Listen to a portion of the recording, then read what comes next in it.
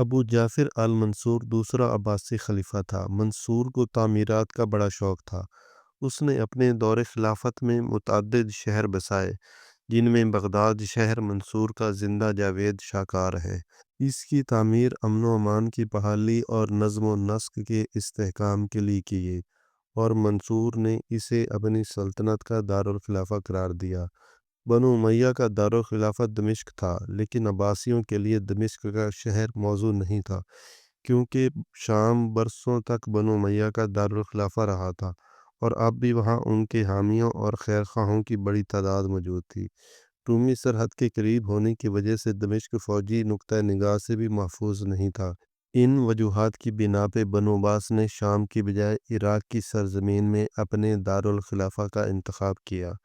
عباسیوں نے بغداد کو دارالخلافہ بنانے سے پہلے کوفہ اور پھر ہاشمیہ شہر کو سلطنت کا دارالخلافہ بنایا، لیکن اہل کوفہ کے علویوں سے تعلق کی بنا پہ یہ دونوں مقامات بنو عباس کے لیے محفوظ نہیں تھے۔ لیکن منصور کو کسی ایسے مقام کی تلاش تھی جو آب و ہوا کے حساب سے خوشگوار اور دفاعی نقطہ نظر سے بھی محفوظ ہو، اور وہ علاقہ سرزمین عرب سے زیادہ دور بھی نہ ہو، تاکہ عربوں کی طاقت سے فائدہ اٹھایا جا سکے، اور یہ تمام خوبیاں بغداد شہر میں موجود تھیں۔ 145 ہجری میں منصور نے اپنے ہاتھ سے بغداد شہر کی تعمیر کا سنگ بنیاد رکھا۔ دریائے دجلہ کے مغربی کنارے پر بغداد کی تعمیر شروع کی گئی۔ پہلے اس کا نقشہ تیار کیا گیا، مٹی سے خط کشی ہوئی۔ منصور اس علاقے میں خود پھرا اور اسے بہت پسند کیا۔ اس کی تعمیر کا کام 4 صاحب کمال انجینئرز کے سپرد ہوا، اور خالد برمکی کو شہر کی تعمیر کے کام کا نگران مقرر کیا گیا۔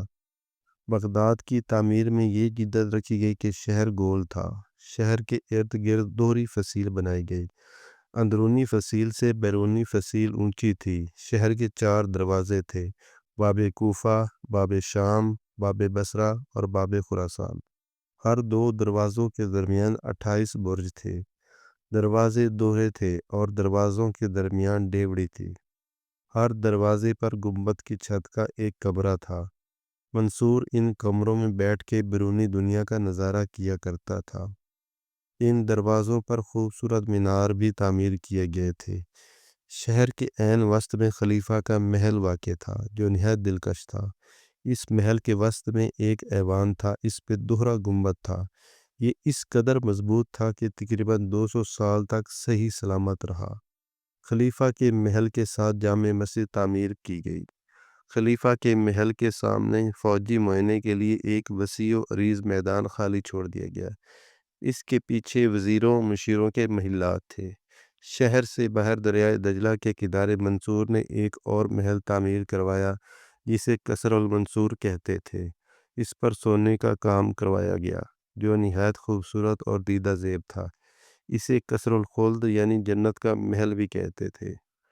بغداد شہر محلوں میں تقسیم تھا۔ اشیاء ضرورت کی دکانیں ہر محلے کے کونے پہ واقع ہوتی تھیں۔ شہر میں پانی کی فراہمی کے لیے ایک نہر دریائے دجلہ اور ایک فرات سے نکالی گئی۔ پانی کی اتنی فراوانی ہو گئی کہ ہر گھر میں پانی ملنے لگا۔ منصور کی خواہش تھی کہ بغداد تہذیب و تمدن کا مرکز نہ بنے، بلکہ اسے صرف فوجی چھاؤنی کی حیثیت رہے۔ اس نے مرتے وقت اپنے ولی عہد مہدی کو بھی وصیت کی کہ بغداد کو تمدنی اثرات سے دور رکھا جائے، لیکن تھوڑے عرصے میں ہی یہ شہر نہ صرف مشرق کا خوبصورت ترین شہر بن گیا، بلکہ علم و ادب، تہذیب و تمدن اور ثقافت اسلامی کا گہوارہ بن گیا۔